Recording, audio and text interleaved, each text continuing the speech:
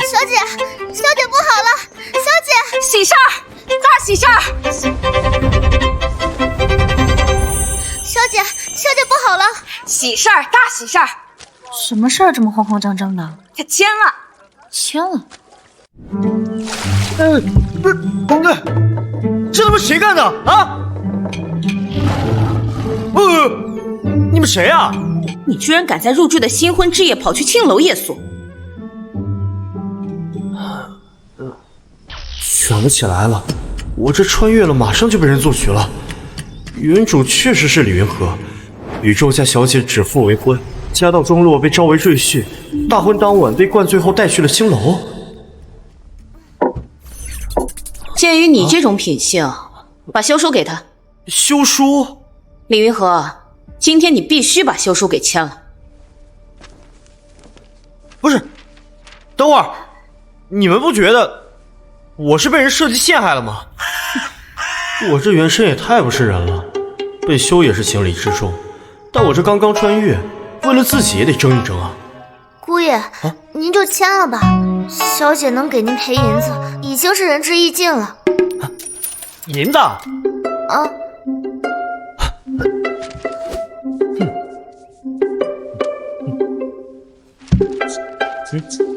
倒不是为了你们这点银子，毕竟本大爷初来乍到的，总需要些启动资金嘛。不过你们放心，待我东山再起了，必定好好混。啊！不是大爷，我的银子呢？不是，谁让你们这么干的？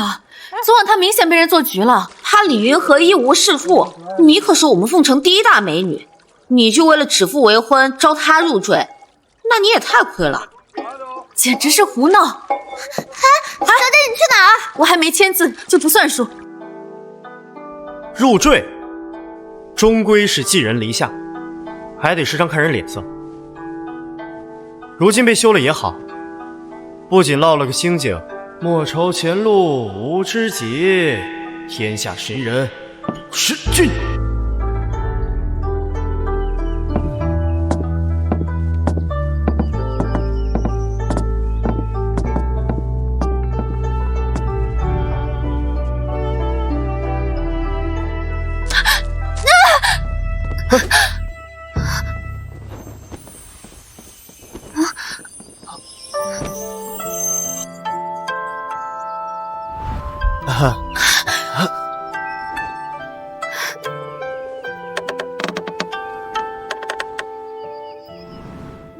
哎，哈，啊！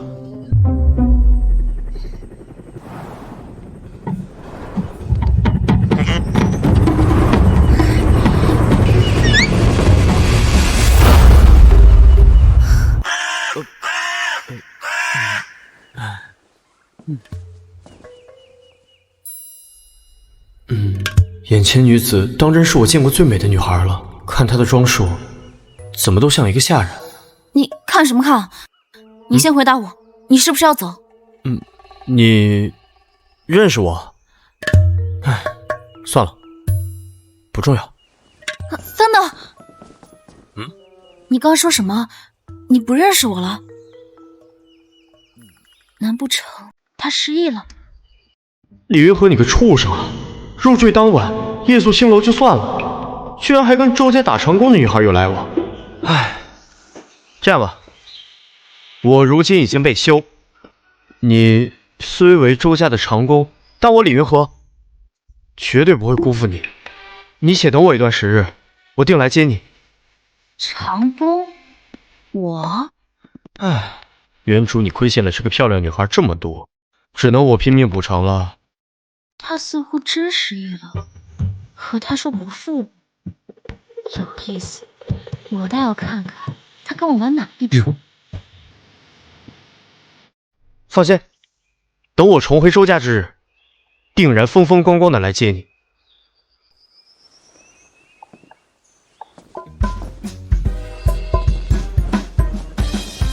哎，你等等，我送你出去吧。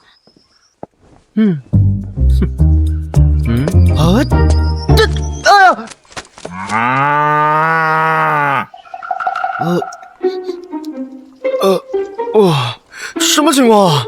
啊！我的天！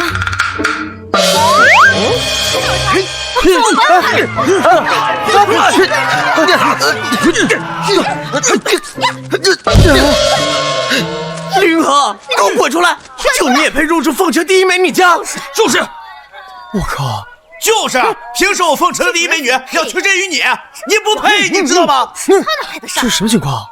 听说还夜宿青楼，有种你出来单挑！凤城第一美女，我说你们凤城人口味可真重啊！哎，说到第一美女，我倒觉得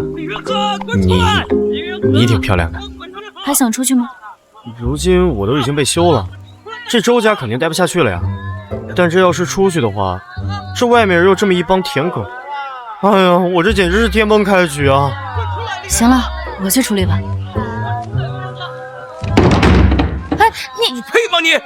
快出来呀！吵什么呢？啊，这光天化日乱丢东西，成何体统？呦！你小子还敢出来？给我打他！等会儿，在周府的门口，你们竟敢殴打周家赘婿，谁给你们的胆子？小子，你不会还做着你是周家姑爷的美梦吧？告诉你，像你这种洞房当夜、夜宿青楼的货色，我怎么就不敢打你啊？你们几个人唧唧歪歪的，怎么就知道我配不上周家大小姐？我知道周家小姐聪明。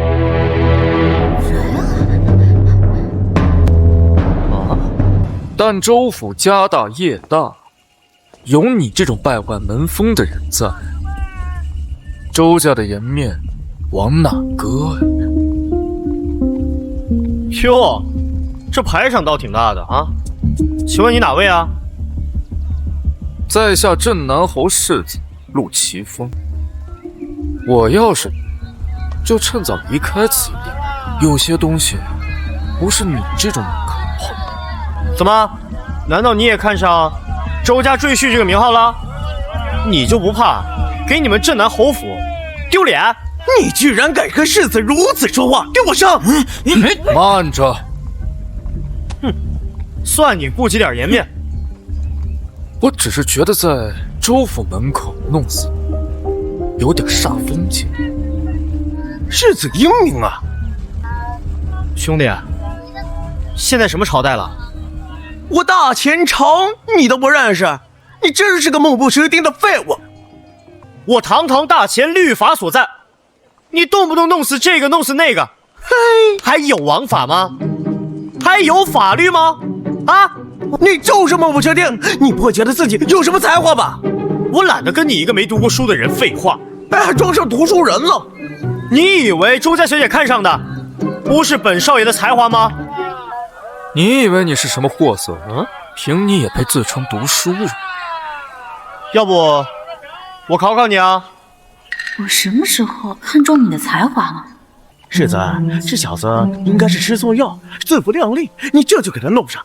哼，好，我这出个对子，你赢了，我放你离开。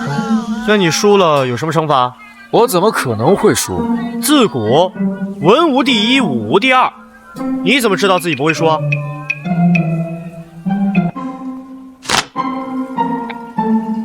好，你要是赢了，这100两银子归你。好，一言为定。出题吧。那你可听好了啊，我的上联是画上荷花，荷上画。哼，这有何难？画上荷花，荷上画。画上荷花，荷上画。这对联倒回来念也是一样的，好精妙的对子呀！花开花，日升月落，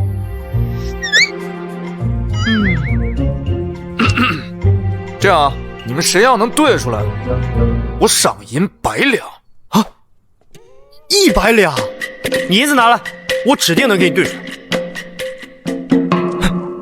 这出来一趟，还能赚100两银子。我的对子呢，你且听好了，我的上联是画上荷花，荷上画。下联是书林汉字，翰林书。好工整啊！还能这样，有点水平。你哪边的？小的错了。这人还有点厉害啊！怎么样？还玩吗？你继续。好啊，那你可听好了，我的上联是烟锁池塘柳。烟锁池塘柳，这什么玩意儿？这对子暗含五行之术，容我想想啊。世子，你不会又对不出来吧？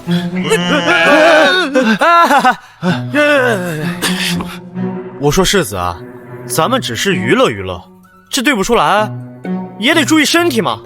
依我看，赶紧把你们家世子带回去，免得丢人。你耶，姑爷赢了！赢了？陆奇峰就这啊？我还真是多虑了。你小子不要太嚣张了！你会对对子怎么样？来人，给我打他！住手！你们几个好大的胆子，居然敢在州府门口袭击我家姑爷！原来是春香姑娘。哎，这小子他……张公子，你好自为之。姑爷，请跟我回府。好嘞。看到没，你们几个，我还是周家的姑爷。哼哼，拜拜了你了。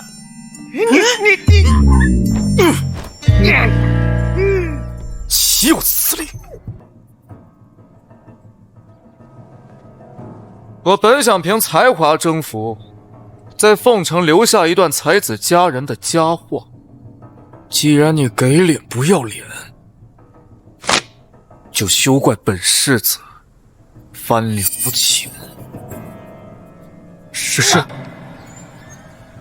派几个人去周家布庄，就说他们店铺以次充好卖假货，我要让周家声名扫地。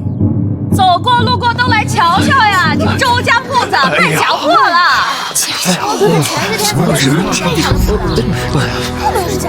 你胡说什么？这里每一批纱帔的选择、染纱、晒纱，都是我亲自把关的，不可能有假。你谁啊？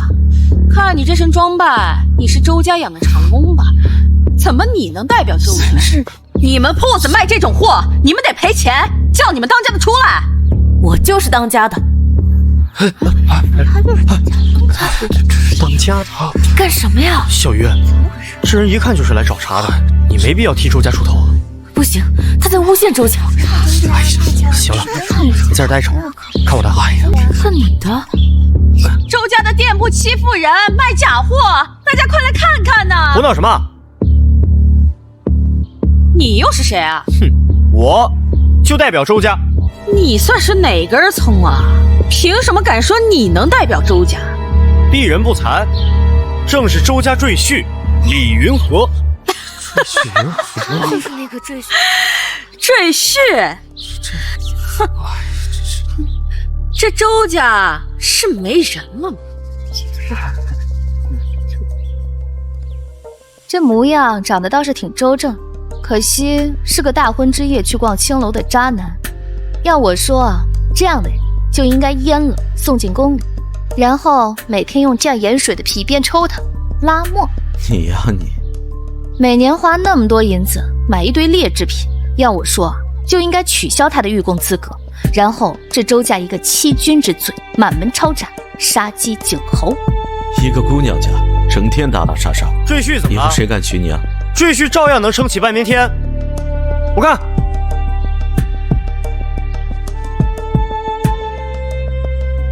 你这响云纱买的不是假的，但是不是我们铺子最顶级的货色。这个周家赘婿该不会是个傻子吧？姑爷，你在说什么？听我先说。小姐，你先别着急，先看看他怎么说。咱们响云纱，顾名思义，穿身上会有一种奇特的声响而得名，其制作工艺十分繁琐，3蒸9煮18晒，30多道工序才能成品。咱们也没有30种，只有15种。那莫非姑爷是在信口胡诌？先不管了，先来看看他怎么解决吧。刚入赘就能把州府拿捏得死死的，这种人才可不多见了。要我说啊，就应该把他阉了送进宫里，绝对是个鬼点子很多的奴才。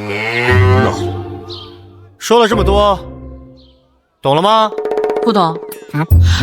不对，你说那么多有用吗？能改变卖假货的事实吗？家人们谁懂啊？这就是周家店铺。我刚才都说了，这不是假货，但是呢，不是我们店铺最顶级的货色。刚才我说的那些，那是皇家御贡级别。像你这种货色，穿这种简单工序的小云纱就得了啊。什么叫我这种货色？你说了那么多，那你把你说的那个贡品级的小云纱拿出来啊！有多少老娘买多少。可是你说的啊。小月，上货。什么货？没有啊。我李云和在此宣布，从现在起，贡品级的响云纱正式进入我们周家店铺的货列。预购从速，先到先得。真的有30多道工序，去看看，这一看就差不了。这位赘婿，这贡品响云纱怎么卖啊？质量肯定差不了。说的好听有什么用啊？你怎么保证你说的那个皇家御贡质量就一定好啊？你不相信我的眼光，总不能质疑皇家御贡选米师的眼光吧？各位，今日出门之前，我特地跟周家小姐商量过了，从今天开始，给大家举办一场贡品级别的响云纱预售活动，大家想不想要？想要！想要！我想要！太好了！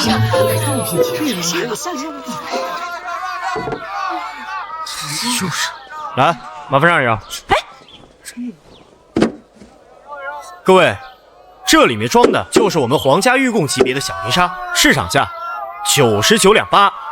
今天咱们做活动，99两8，你能买到的是1件、2件、3件，99两8，不要限时特价，只要68两8。太贵了，68两8买这些是不是太贵了？这位姑娘问得特别好，68两8，对于咱们普通老百姓来说，确实不是个小数。作为凤城的百姓，你们呀，就相当于我李云和的家人。今天我的目的就是给家人谋福利来了。3件皇家御贡响云纱，68两8，不要；38两8，也不要。今日限时特价，只要19两8。哇，19两8！鼓掌！那我待会儿一定得多买几另外，我给家人们争取了响云纱折扇1把，响云纱包包1个，错过了今天，只能等明年了，数量有限，预购从速啊！小月，上链接。售货价。这么多货，还是贡品级响云纱，20两都不到，我要了！我也要！我也要！我现在我也要这只！小鱼，快记账！好，春香，我得帮忙。慢点啊，对。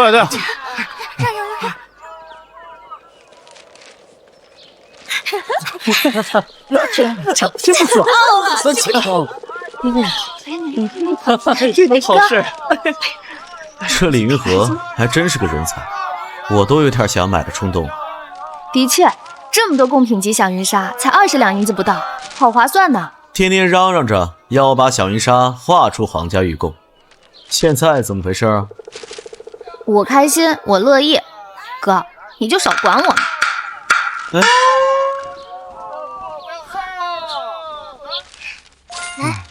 谢谢。发财了！今天一天卖的比得上以往半年的量了。姑爷，你可真厉害！真是没想到，李云和，你不仅会对对子，做生意也挺厉害的。今天这个事换做我来处理，还未必有你处理的好呢。对，就连刚刚那个来闹事的女人，她都买了1单预购。姑爷，你这处理手段真的绝了。这有什么的？前世听到耳朵起姐姐的直播间话术吧，简简单单，有嘴就行。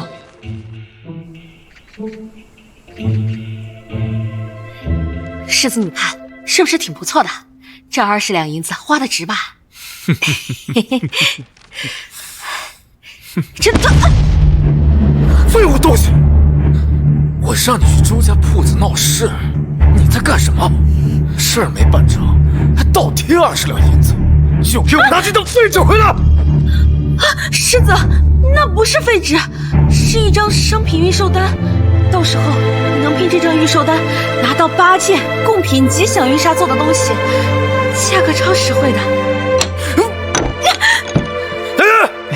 世子，陈状元来了，把他给我拖出去！世子，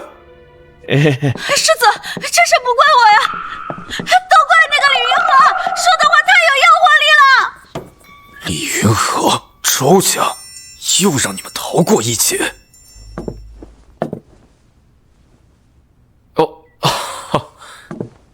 陈兄，陈红云见过世子。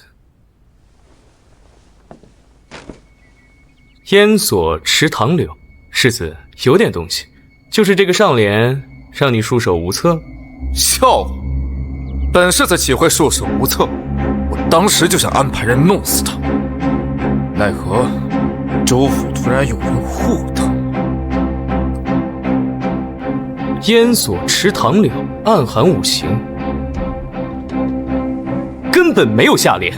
陈状元，难道你也对不出来吗？小的失言，失言。状元兄，那李云和3番4次坏本世子的好事，你得给我想想法子，让本世子好好出这口恶气。一个目不识丁的破落户罢了，对付他并不难，难的是他周家赘婿的身份。周家毕竟……那你说有没有法子能绕开周家，让本世子得偿所愿？我刚从京城回来，带回来一些周家的消息。京城？周家？莫非与响云纱有关？对，响云纱已经被取消了皇家御贡的资格。从朝廷传到凤城的消息，应该就这几天就到。此话当真？千真万确。好，太好了！响云纱被取消皇家御贡资格，李云和竟敢假借皇家名义卖货。李云和，你先前卖的有多开心，死的就有多难看。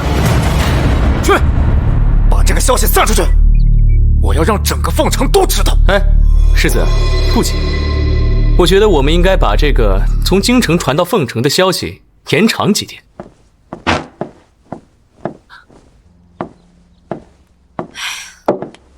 你都走来走去1个时辰了，你不累吗？我累，我心累啊！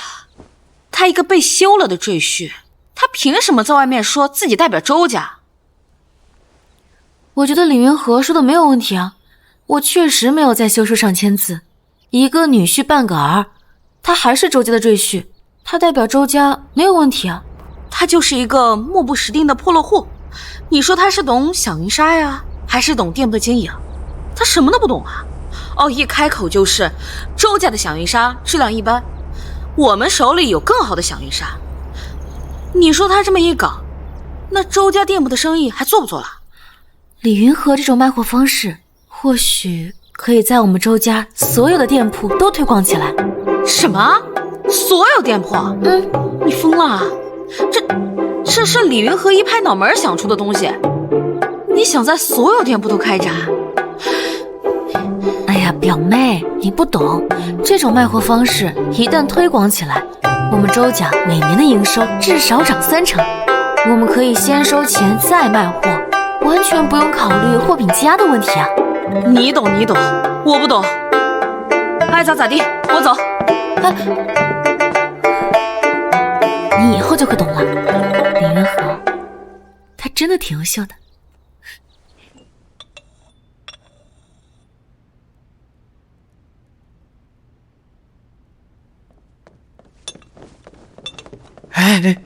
世子，外面情况怎么样了？神呐！果然如陈状元预料的那样，李云和的那种卖货方法被周家所有店铺都推广开了。世子，该让京城的风吹进来。好，传本世子令，开始全城散播周家响云纱被取消皇家贡品资格的消息。是。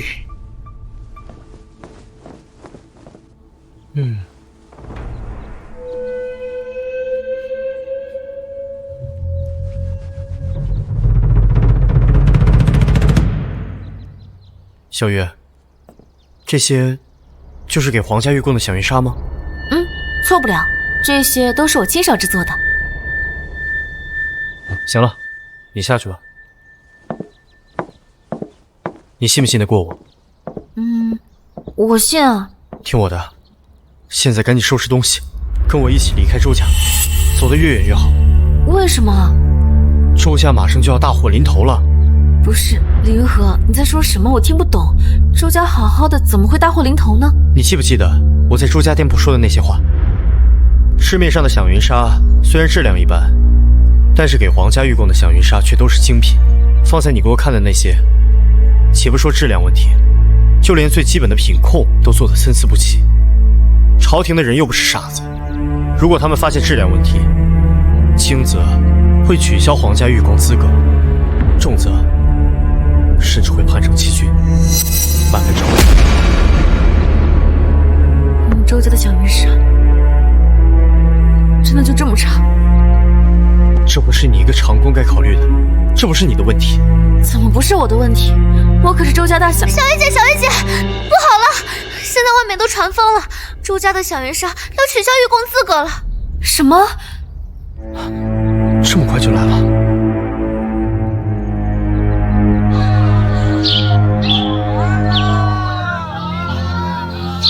周府预售出大量的贡品级响云纱，可是等买的人发现被骗，肯定会上门讨说法。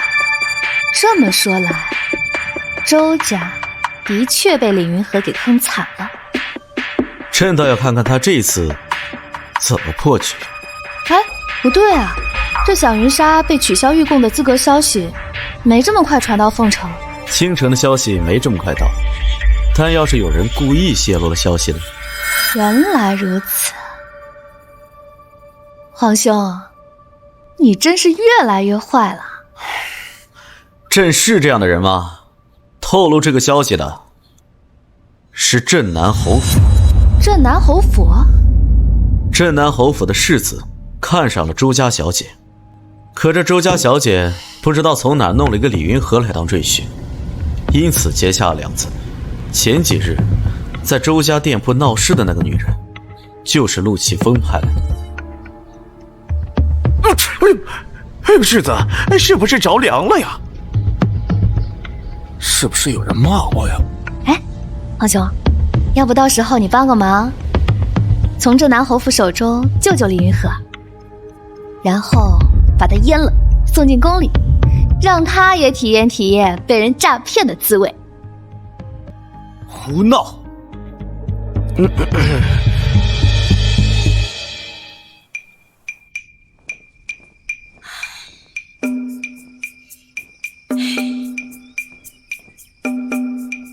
哎呀，你别晃了，你晃得我脑袋疼。不是我想晃，我当初怎么跟你说的？我说李云和那人人品不行，你不听。现在好了，你说你趁早休掉多好。响云纱被取消御贡的事儿是宫里那位决定的，和姑爷又没关系。姑爷，一口一个姑爷，你怎么不跟你姑爷睡一个屋呢？你行了，表妹，你是不是有什么内部消息啊？你知道响云纱被取消皇家御贡资格，这消息从哪儿传出来的吗？难道是……我不知道。是从镇南侯府传出来的。那废物得罪的人是镇南侯世子。小鱼姐，你还要我说的更明确一点吗？好了，这个事情我知道了。这个消息的真伪，我会去核实。另外，虽然李云和在休书上签字了，可是我还没有签，那他依然是我的夫君。表妹，以后你说话可得注意点。我怎么跟你说不明白呢？哎呀！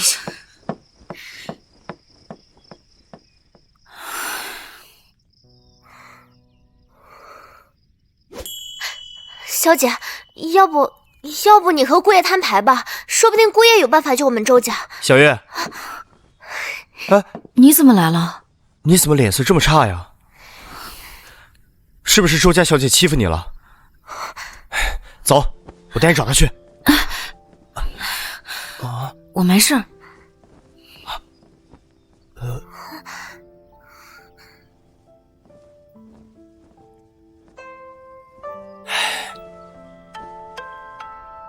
他真的没有为难你。方才我来的时候碰到了他，看到他怒气冲冲的样子，如今你脸色又这么差。其实周府对我挺好的啊，要不你先走吧，反正你也在休书上签字了，以后周府的事情跟你没关系。小鱼，你是不是干活干傻了？他们对你再好又有什么用啊？还不是用你的时候跟你天下第一好，不用你的时候你依然是个下人。就比如说刚才，你敢看着我的眼睛说他没有为难你吗？春香，你过来。刚才你们家小姐跟小鱼儿说了什么？我家小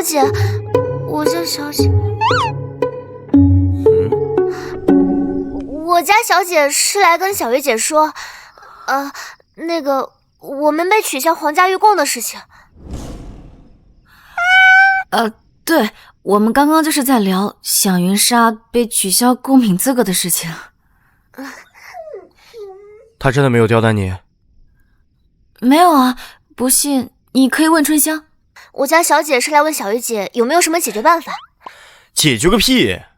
他们周家一看就是响云莎工艺有问题，如今他们不想着提升工艺把控质量，反倒来为难一个长工，活该他们被取消皇家御贡资格。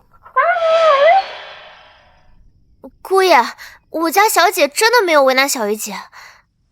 我家小姐说响云莎的制作工艺手札在10年前被一场大火给烧掉了啊，所以她来问小鱼姐有没有什么解决办法。你方才愁眉不展，是在想着如何复原响云莎的核心工艺？城门失火，殃及池鱼。可我今天想跟你说一句，覆巢之下无完卵。在你眼中我是周家的长工，可在我眼中，我从小在周家长大，我对周家的……罢了。既然你想留下来，那我也留下来，再帮周家最后一次。李云和，你当真心甘情愿留下来帮我？倒谈不上心甘情愿，毕竟你选的嘛，偶像。太好了。走，春香，干活。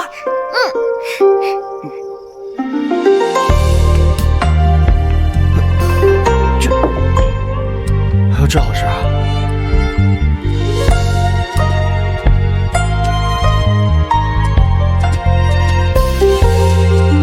我醒在1000年后这个陌生的地方，你等在玻璃外那段斑驳的时光，看向云纱铺满长廊，3城9筑岁月繁华，我拨动经纬，算一句命运的锋芒。这红的布拂过心房，像晚霞落在你的肩上，沉默余晖有我们初见的印象。我借着千年风轻抚你纱窗，猜你细月光做你的云裳，剪断了过往，只锦绣完章。我用这千年梦寻你的发香，用尽一生情致敬你衣裳，这锦绣人间有你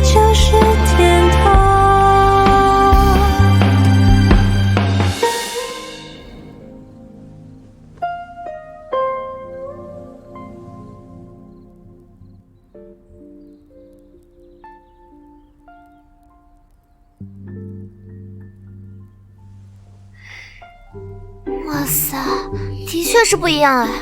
没错，这一批小云纱的质量绝对可以媲美贡品级，甚至还有超越。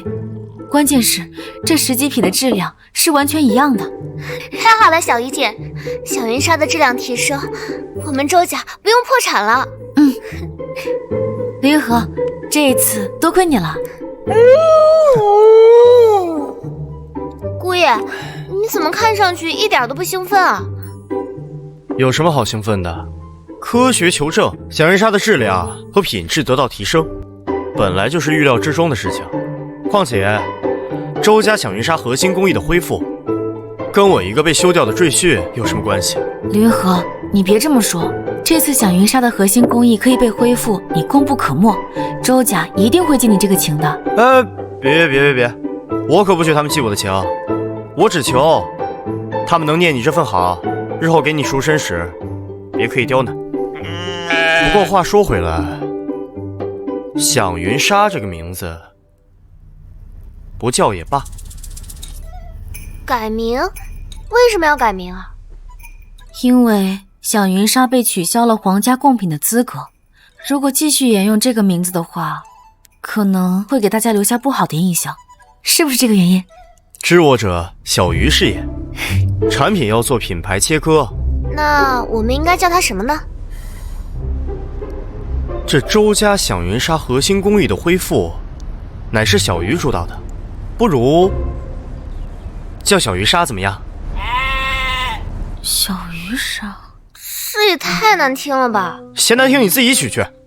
响云纱，响云纱，响，要不就叫香云纱吧，春香的香。响云纱，香云纱，好呀，小姐，这个名字好。等会儿，耶！叫什么名字啊？香云纱。香云纱，响云纱，原来是这么来的。你在说什么？没什么，不重要。好啊，你果然在这儿，跟我走。哎呀，你干嘛呀？我们正忙着呢。你跟李云和能忙什么？外边都闹翻天了，你还有心情跟他鬼混？跟我走。站住！你有什么话好好说，别动手动脚的。哎呀，一边待着去，没你说话的份儿。你什么你？你个破落户赘婿，敢在周家撒野！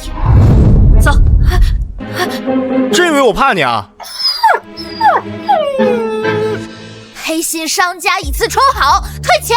退钱！你们周家都被取消皇家贡品的资格了，还说什么皇家贡品的品质？骗子！退钱！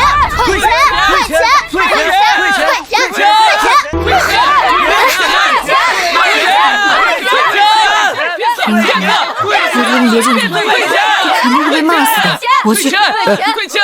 我去，现在不挽救口碑，等着雪崩式垮塌吧。等等我！不好意思啊，让一下。你谁呀？懂不懂先来后到？我就是周家赘婿李云和。你真是李云和？如假包换。姑爷，小鱼姐，你们可算来了。没事吧？公子，他就是那个说周家店铺有贡品级响云纱的李云和。你说的正是我。你可知道我家公子是谁？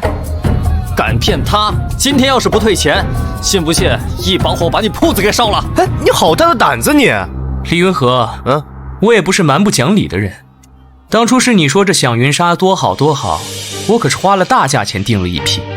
放心吧，这位兄弟，你的钱包退的。那我们呢？我的钱呢？各位，大家放心啊，你们的钱都包退，信不过我，还信不过周家100年的声誉吗？世子，哎呀，世子，李云和他现身了。哦，我让你安排的人到位没有？已经安排全部就位，只要时机成熟啊，我们的人就会带头抢砸周家的店铺。唉，还请世子静等好戏开场。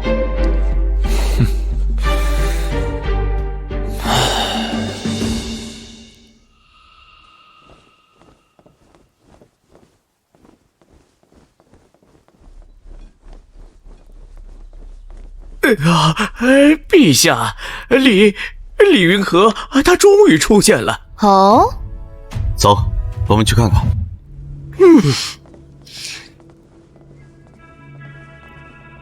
世子，世子请，世子。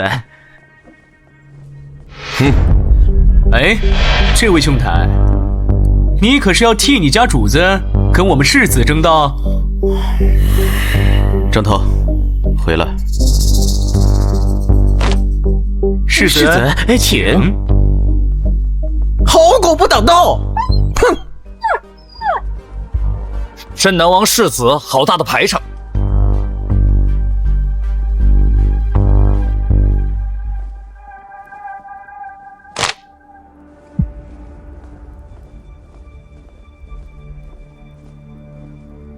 这帮人谁啊？世子，这人是仙泉楼的新老板，据说是京城来的。派人去查一下，这人什么来的？是。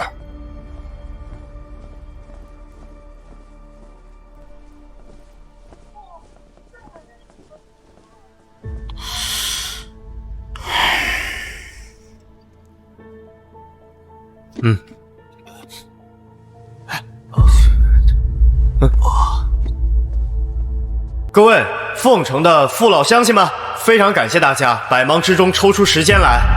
我作为周家赘婿，代表周家，代表我们周家响云纱，在这里先跟大家说一声对不起。对不起有什么用？给我退钱！惨死垃圾，被吹成贡品等级，根本没把我们放在心里。就是骗子，退钱！退钱！退钱！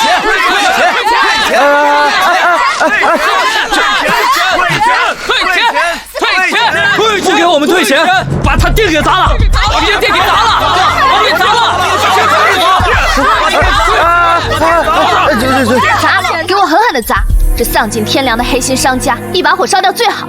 大庭广众，咋咋呼呼，成何体统？我可是下了实单哎，他卖假货坑了我200两银子，我幸灾乐祸一下怎么了？我劝你别高兴得太早，以他现在的样子来看，可不像是在坐以待毙。周家响云纱的质量差又不是1、2天的事，我不信他李云和还能翻天不成？事情没你想的那么简单，看戏。退钱！快把店子大家冷静，大家冷静，大家冷静。反正他们周家的人都在这里，大家这么冲动也解决不了事情。不知云和兄有什么办法可以解决当前局面？你看不到吗？我这不正在想办法解决吗？要不这样吧，钱我替你赔。你替我赔？响云纱海外的生意，希望你们周家能和我们合作。你想怎么合作啊？你3，我7，不能再多了。难道兄弟看不清楚今天有人在做局吗？我说，这位谢兄弟，你要不要看看接下来发生的事情，再做定夺？退货！退钱！退钱！退钱！退钱！安静！一个也别放走！狐假虎威，没想到李云和竟然选择让官府出面平息事态。他还有脸报官？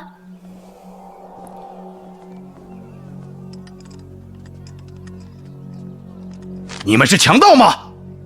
光天化日，朗朗乾坤，居然敢当街闹事！你们眼里还有没有王法？奉承捕快，这是谁家的店铺啊？周家赘婿李云和，见过邢捕头。李云和，这是周家的铺子？正是。本捕头接到热心群众举报，说这里有人当街闹事，可是这些人……捕头冤枉啊！我们并非是强盗，我们是来退货的。周家货品以次充好，咱们只是来讨个说法。邢捕头，请你一定要替咱们做主啊！替咱们做主啊！做主啊！安静！李云和，他们说你们周家的铺子以次充好，可有这种事？邢捕头，此事这说来话长啊。对了，敢问邢捕头，他们说得到消息，周家响云纱即将被取消皇家御贡资格，可有此事啊？真的？此事确实为真，应该很快，织造局会派人通知周家的。也就是说，这织造局的通知还没有下达给周家。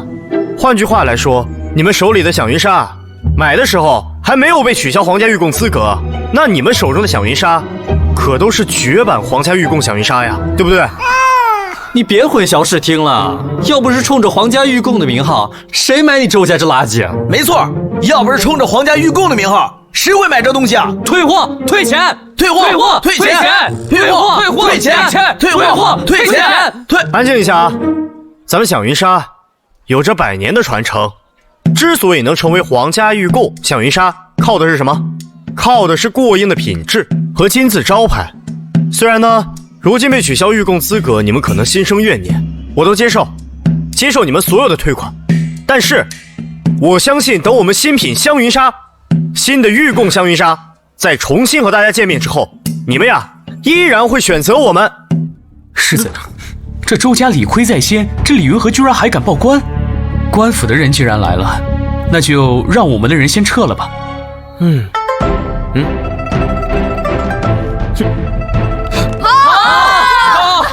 小月，这名字喜欢吗？喜欢。各位，今天在你们的见证之下，我们周记布庄正式更名为唐贤香云纱。好。小月、春香，你俩负责帮之前预定的家人们办理一下退货手续。哦，好，各位客官，所有里面请。大家排队啊！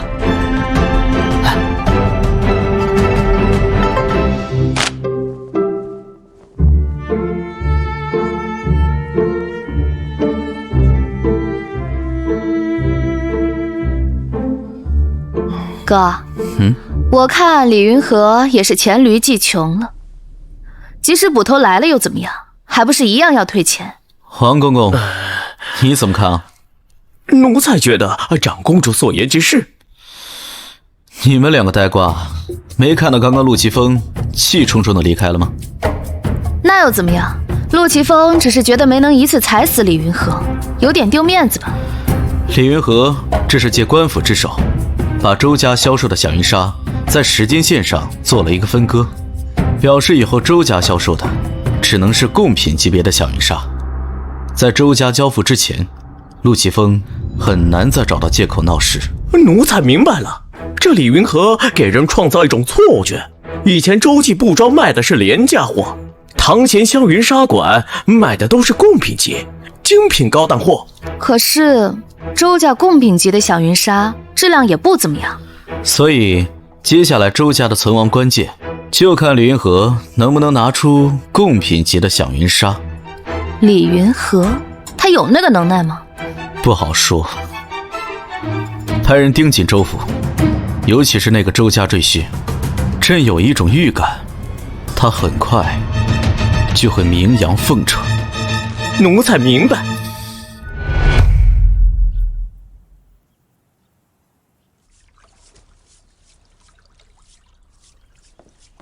小鱼姐，你疯了！你又怎么了？你说你干的什么事儿？什么事儿啊？好好的周家店铺为什么改名？还有，你为什么把响云纱改成香云纱？是不是李云和又给你出的馊主意？现在周家什么处境你又不是不知道，如果不按李云和说的去做，以后周家的麻烦会越来越多。在凤城，这响云纱叫了几百年了，你这突然改名，那以后谁还知道周家店铺卖的是响云纱呢？香云纱就是响云纱，我们改名只是为了跟市面上其他的响云纱做出一个区分，让大家知道我们周家的是贡品级，比其他人的质量好。贡品级还敢提这3个字儿？都已经被取消皇家御贡资格了，我们质量好，为什么不能提啊？质量好为什么被取消了？那是以前，现在不一样了。来，你看看我们现在的成品纱。哎，你别说，这还真不一样了。现在的成品纱跟之前比，无论是从柔顺度，还是从这个色泽上面，都比之前好太多了。所以啊，李云和现在才敢说周家的香云纱就是贡品级。小鱼姐，你是怎么做到的？我哪有这么大的本事啊？是李云和，他翻遍古籍，带着我跟春香去了很多地方，再加上大量的试验，好不容易才复原和改进了向云纱的核心工艺。他能有这个本事？